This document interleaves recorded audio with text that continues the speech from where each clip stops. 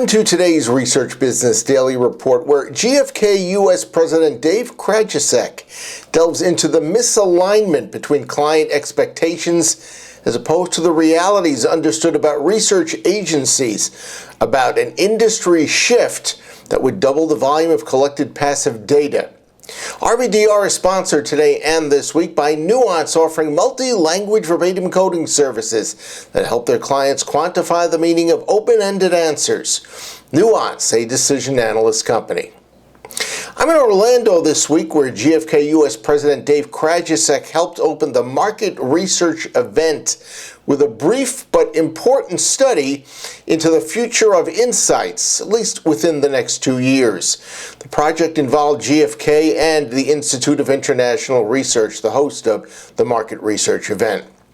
One of several compelling results from this study is what Krajicek called a misalignment between what client researchers want to see happen in the next 2 years that would lead to a doubling of the collection of passive data in their products. Yet what many clients may not have is an appropriate grasp of the reality that is understood by research agencies of exactly what would be required to make that happen, all in a 24-month period.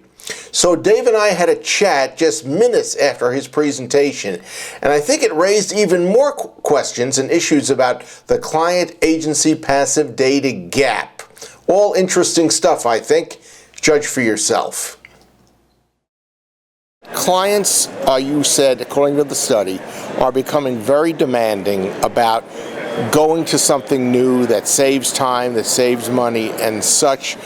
But the vendor side, it seems to me, has a much more realistic understanding of what's out there from a research perspective, how it's going to work, and how ready it is to really to contribute. So how do we get around that anomaly?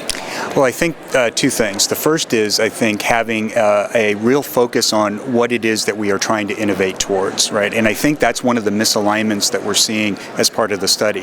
I think there is a belief that while vendors certainly have vision and visibility into what's out there and what can be realistically accomplished, sometimes the perception is that it's incrementalism as opposed to transformation. So I think part of it is a broad education across the industry of what the real goals of innovation are.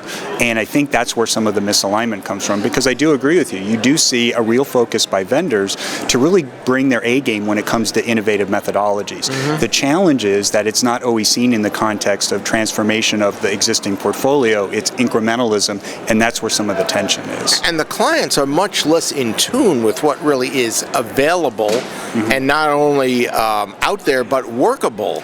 That's going to make a difference. A good point, and that's part of the challenge here, right, is that as we're talking about the new frontiers and the new horizons around innovation, there's a general sense that I need to do something to get into the big data game, or I need to get into the passive game. Yet what we found is just about 6% of researchers have that as part of their engagement. So and by 2017, everybody believes it's going to be as big as direct questioning. So there is a gap to bridge here in terms of, desire versus ability and action.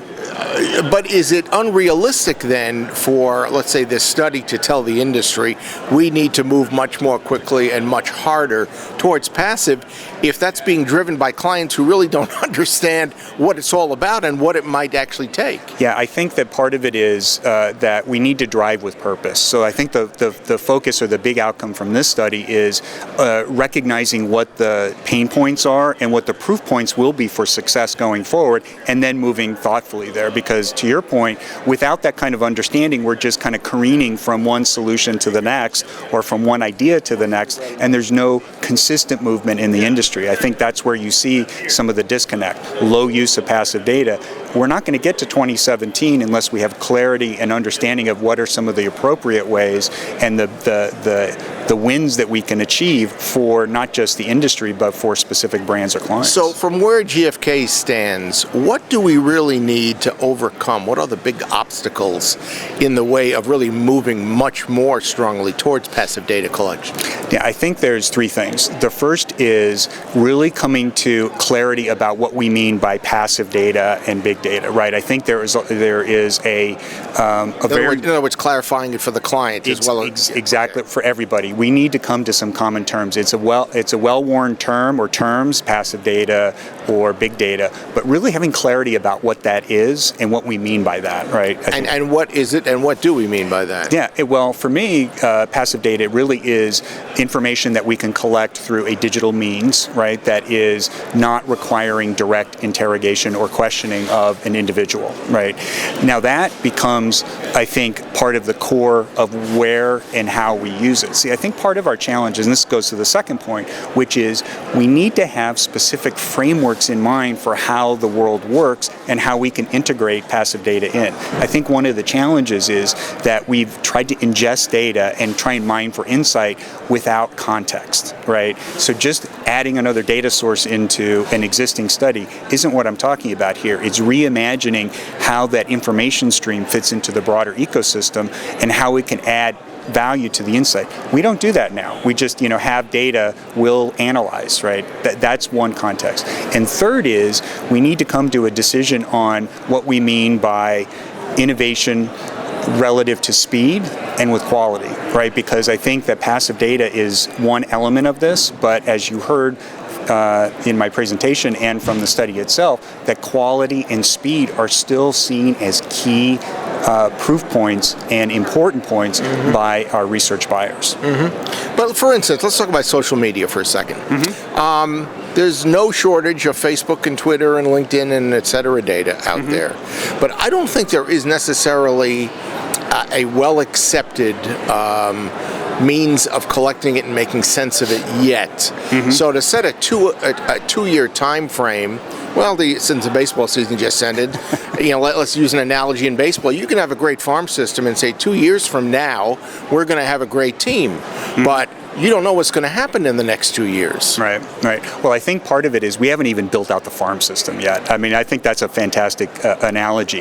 What we're doing right now is we're just picking off prospects, right, and just throwing them into the game without throw them in the water to see if they're going to be able to paddle or sink. Exactly. And the other thing that we have to understand is that, let's go back to your farm system analogy. This is about a team sport, right? Not one channel or one player is going to make the team or win the championship. It's going to be together as a team. And what we haven't done effectively is going back to my point earlier, is created a framework for how that data would come into a broader ecosystem and be able to inform what a customer journey looks like or what a brand perception looks like. That's what we're talking about. It's really the notion of thinking that all these different information streams are panaceas, and they're not, right? They need to build out a broader ecosystem.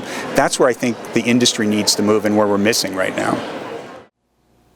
That's your Research Business Daily Report. We've been sponsored by Nuance, offering multi-language verbatim coding services that help their clients quantify the meaning of open-ended answers. Nuance, a decision analyst company, has an outstanding product and service that they'd like you to get an understanding and to try out for yourself. So they have created a link. It is www.nuancecoding.com. And if you check it out, you can find out a lot of important information and find out for yourself how it could be a game changer for parts of your research. We hope you have a great research day, and we'll look forward to seeing you back here tomorrow.